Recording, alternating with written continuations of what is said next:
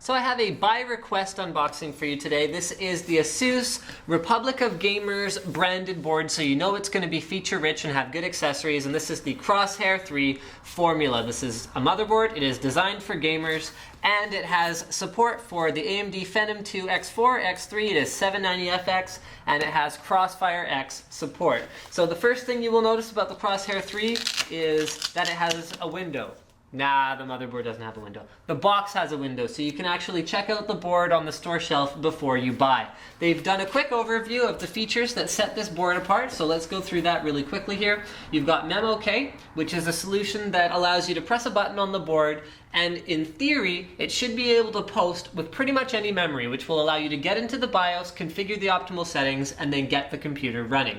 You've got CPU Level Up, which is a simple click for instant upgrade, basically a software overclocking utility. SupremeFX with XFi software, that's pretty cool. So they've updated their SupremeFX little daughter board sound card to XFi. Then you've got a bundled copy of 3D Mark 06 and Kaspersky Antivirus. And then, oh yeah, we've also got start and reset buttons on board. I always like to see that on any high-end or even a low-end board. It's a great feature. On the back, it reiterates pretty much the same thing. And yeah, that's it. Okay, so let's get this thing open and dive right into what is arguably the highest end AM3 board out there right now. So accessory package first, as per my usual arrangement. You've got a nice black box here containing all of your accessories. So first of all, you've got an IDE cable. All right. Then you've got 5 SATA cables. This is kind of an odd number of SATA cables. Okay, 5. And then you've got a USB and FireWire PCI backplate. Then you have the LCD poster. Now, the LCD poster's been around for a while in their Republic of Gamers line, and I've never seen it do anything more useful than inform you with a CPU init error that your board isn't working. But if I didn't already know it wasn't working, I wouldn't have plugged in the LCD poster. Okay, there's your 7.1 audio, as well as your 2 different kinds of digital audio out. With the SupremeFX, listen with Absolute HD, XFi supports up to EAX 4.0. This is a PCI Express 1.0 card. Okay, sorry, PCI Express 1X card. Next, we have some zip ties for cable management. Then we have their Q connector technology. I mean, most cases come with block connectors these days anyway, so it's not a huge deal, but it's nice to have. Then you've got an I/O shield.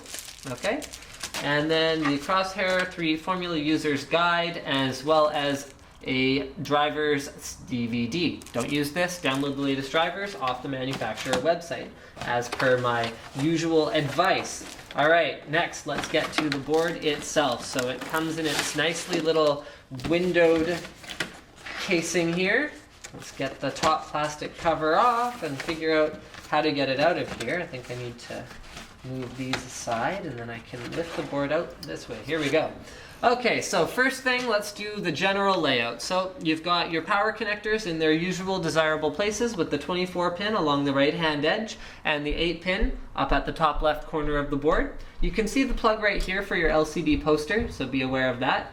And then you've got your power design, or your whatever, 1, 2, 3, 4, 5, 6, 7, 8, 9, 10 phase power design right here, as well as your MOSFET cooling and your Northbridge and Southbridge cooling. Then you've got your AM3 socket, so this supports AM3 DDR3 chips only at this time, only DDR3 chips, because all of the DIMM slots on the motherboard are DDR3, dual channel DDR3 compatible. Down at the bottom, you've got 3 PCI Express 1X ports, 1 PCI port, and then 2 PCI Express 16X ports. These operate at full 16X, and they are compatible with Crossfire, but not with SLI.